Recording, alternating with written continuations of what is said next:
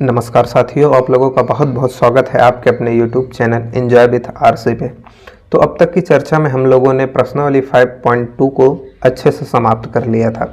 उम्मीद है आपको उसकी एक एक सवाल अच्छे से समझ में आ गई होगी, और अगर कोई सवाल में कन्फ्यूजन रह गई हो तो आप टेलीग्राम चैनल पर उसको पूछ सकते हैं। अब टेलीग्राम चैनल आपको मिलेगा कैसे, तो इसके लिए आप या तो डिस्क्रिप्शन में नीचे की ओर जाएंगे तो वहाँ पे एक टेलीग्राम लिंक होगा, उससे ज्वाइन कर लीजिए, या तो फिर पहले टेलीग्राम ऐप को डाउनलोड कर लीजिए और उसके बाद उसमें अपनी आईडी बना लीजिए और उसके ऊपर एक सर्च का आइकन दिख रहा होगा, वहाँ पे सर्च पे टच करके आप लोग उसमें सर्च कीजिएगा यही यूट्यूब चैनल का नाम एंजॉय विथ आरसी। तो जैसा लोगो यूट्यूब पे लगा हुआ है वैसा ही सेम लोगो टेलीग्राम चैनल पे भी लगा हुआ है, तो आप लोग वहाँ से ज्वाइन कर सकते हैं। कोई भी उस पर आपकी समस्या हो तो आप उसको पूछ सकते हैं, आपकी समस्या का जल्द ही निवारण किया जाएगा। तो आज बारी थी प्रश्नावली 5.2 को सॉल्व करने की। तो इसमें दो ही सवाल हैं और इनको सॉल्व क्या करना है, बस थोड़ी देर का ही काम है, आपको बहुत ज़्यादा देर इस पर खर्च करने की ज़रूरत है नहीं। लेकिन इसमें जो सेकंड क्वेश्चन है ये थोड़ा टेक्निकल है, इसकी जानकारी आपको होनी चाहिए। तो आइए फिर अब बात करते हैं दोनों प्रश्नों पे बारी बारी से। तो चलिए फिर वीडियो को स्टार्ट किया जाए। तो यहाँ क्वेश्चन नंबर 1 में क्या कह रहा है कि आप यूक्लिड की 5वीं अभिधारणा को किस प्रकार लिखेंगे ताकि वह सरलता से समझी जा सके। तो थोड़ा ये अभिधारणा इनकी कॉम्प्लिकेटेड थी, थोड़ा समझने में दिक्कत होती थी, लेकिन चित्र से वैसे तो समझ में आ गई थी।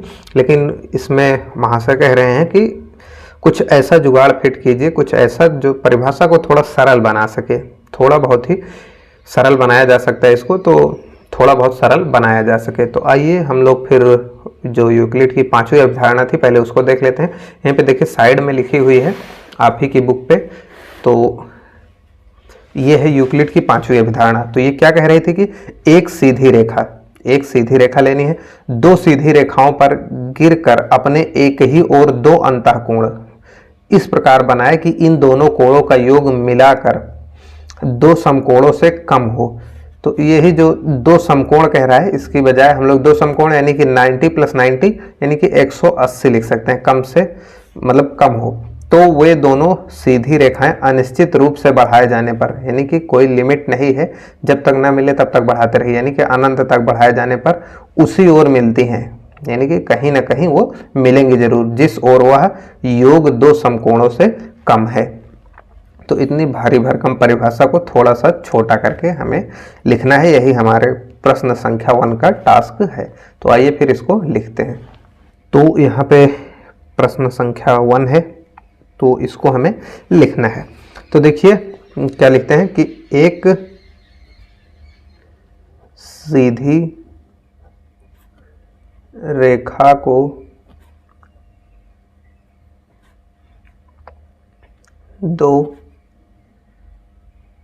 सीधी लिखना था, यहाँ पे दो सीधी रेखाओं पर गिराया जाए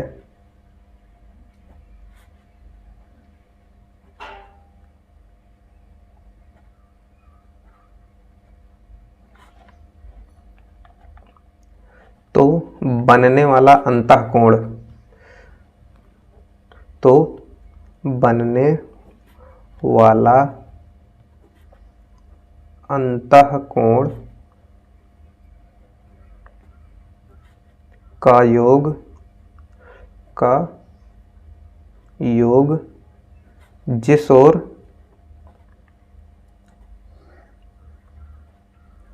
180 डिग्री यानी कि 180 अंश से छोटा हो तो उसी ओर, किस ओर, जिस तरफ वो कोण छोटा है तो उसी ओर रेखाओं को अनिश्चित रूप से बढ़ाने पर वो एक दूसरे को प्रतिच्छेद करेंगी। तो उसी ओर रेखाओं को अनिश्चित रूप से बढ़ाने पर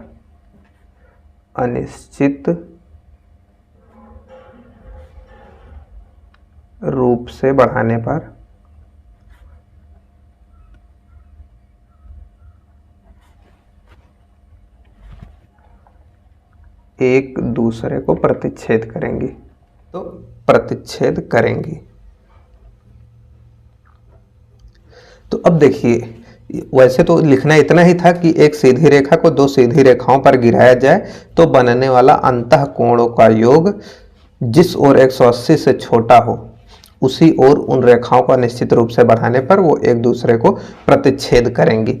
तो देखिए, हम इसी प्रक्रिया को थोड़ा उल्टा भी तो लिख सकते हैं कि यदि एक रेखा को दो सीधी रेखाओं पर गिराया जाए तो बनने वाला अंतः कोण का योग जिस ओर 180 से अधिक हो उसके विपरीत ओर रेखाओं को अगर अनिश्चित रूप से बढ़ाया जाए तो वो मिलेंगी। ध्यान दीजिएगा कि जिस ओर 180 से ज्यादा बने उसके विपरीत, यानी कि जिस तरफ 180 से ज्यादा बन रहा है उसके विपरीत रेखाएं मिलेंगी, यानी कि 180 से कम जिस ओर मिल रहा है उस ओर बनेंगी या 180 से ज्यादा जिस ओर बन रहा है उसके विपरीत साइड में वो मिलेंगे। लेकिन अगर बात किया जाए कि जब कोण 180 अंश ही हो जाए, अगर दोनों का योगफल 180 अंश ही हो जाए, यहाँ पे तो कम की बात हुई, नेक्स्ट में ज्यादा की बात हुई, लेकिन अगर 180 डिग्री ही हो जाए तब क्या होगा, तो यही इस प्रश्नावली की सवाल नंबर सेकंड में कहना है।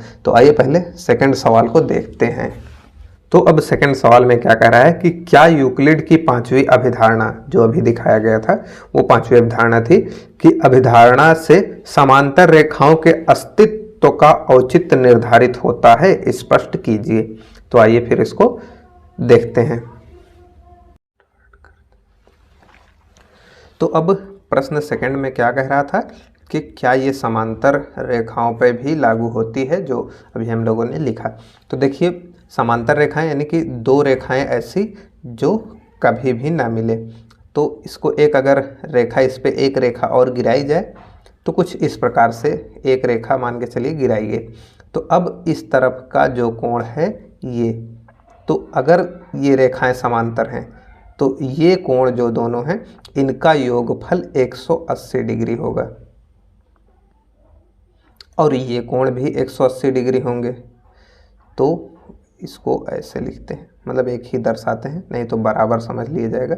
तो ये भी 180 डिग्री ही होगा। अब चूंकि देखिए ये दोनों एकांतर कोण हैं तो ये दोनों आपस में बराबर होंगे और ये दोनों भी एकांतर कोण हैं तो ये दोनों आपस में बराबर होंगे। तो यानी कि ये कोण और ये कोण आपस में बराबर, ये और ये कोण आपस में बराबर होंगे। किंतु अब एक टर्म आगे आएगा तो ऋजु कोण, यानी कि एक सरल रेखा पर 180 डिग्री का कोण बनता है, तो उस हिसाब से ये कोण इसके हिसाब से ये भी बराबर हो जाएगा। और इस रेखा पर 180 डिग्री बना और इस पे 180 डिग्री, यानी कि अगर उनको बांटा जाए तो फाइनली हो सकता है आगे सवालों में ये सिद्ध करने को भी आए कि इन दोनों कोणों का योगफल 180 होता है और इन दोनों का भी 180 ही होता है। तो अब यूक्लिड जी ने तो ये बताया था कि जिस तरफ 180 से कम हो उस तरफ ये लाइनें मिलेंगी, लेकिन इसमें तो कहीं भी 180 से कम कोण है ही नहीं, 180 पूरा पूरा है। तो इनके कहने का मतलब कि ये जो इन्होंने अभिधारणा दी थी, जो पांचवी अभिधारणा थी इनकी, ये समांतर रेखाओं पर भी पूरी तरह लागू होती है। यानी कि अगर 180 डिग्री कोण है तो नहीं मिलना था, जिस तरफ 180 से कम होता उस तरफ मिलने को कहा था इन्होंने, बट यहाँ पे कहीं भी 180 डिग्री से कम कोण नहीं है। तो इसलिए हम लोग इसमें लिख सकते हैं कि जी हाँ, बिल्कुल इनकी जो अभिधारणा थी वो समांतर रेखाओं पर भी लागू होती है, क्योंकि इसमें कहीं भी अंतः कोण 180 डिग्री से कम ना होकर 180 डिग्री ही होता है। तो उम्मीद करते हैं आपको ये दोनों सवालें समझ में आ गई होंगी। तो इसी के साथ ये चैप्टर नंबर 5 समाप्त हो जाता है। अब चैप्टर नंबर 7, वैसे तो रेखा गणित जो हमारी ज्यामिति थी उसकी स्टार्टिंग हो ही चुकी है, लेकिन इसमें थोड़ा सा उतना मज़ा आ नहीं रहा था। तो अब जो असली रेखा गणित है, जिसमें कोण रेखाओं के बारे में हम लोग डिटेल में, अभी तो इसमें कोण आया ही नहीं, बस इतना ही आया था अंतः कोण ये सब। तो ये अंतः कोण, ये सब बाह्य कोण, ये सब क्या होते हैं, तो ये सब चीज़ें अगली सेशन में हम लोग शेयर करेंगे। तो अगला सेशन बहुत ही इम्पोर्टेंट होने वाला है, ना कि केवल क्लास 9th के लिए, आपकी आगे की स्टडी के लिए। आप कंपटीशन एग्ज़ाम देंगे, उसमें भी रेखाएं और कोण निकालने को बहुत पूछा जाता है। तो कोण निकालना इस चैप्टर में पूरी अच्छी तरह से बताया जाएगा।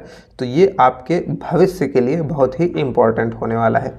तो इसको आप लोग अपने ही तक सीमित मत कीजिए, इसको अपने दोस्तों तक भी शेयर कर दीजिए, जिससे वो भी पढ़ें और उनका भी सिलेबस अच्छे से कवर हो जाए। और आगे चलकर देखिए, अगर शुरू से ही आप लोगों ने यह पढ़ रखा है तो जो आगे बच्चे कंपटीशन के लिए मिलेंगे जिन्होंने इसे नहीं पढ़ रखा है, आप ऑलरेडी उनसे आगे रहेंगे। तो इसको ध्यान से पढ़िए और दोस्तों के साथ भी शेयर कर दीजिएगा। और अभी तक आप लोगों ने चैनल को सब्सक्राइब नहीं किया है तो सब्सक्राइब कर लीजिए और उसका जो बेल आइकन है उसको प्रेस कर दीजिए, ताकि जैसे ही अगली वीडियो जो रेखा गणित की है वो डाली जाए तो उसका नोटिफिकेशन आपके पास पहुंच जाए। तो इस वीडियो में इतना ही रखते हैं, मिलते हैं नेक्स्ट वीडियो में, तब तक के लिए जय हिंद।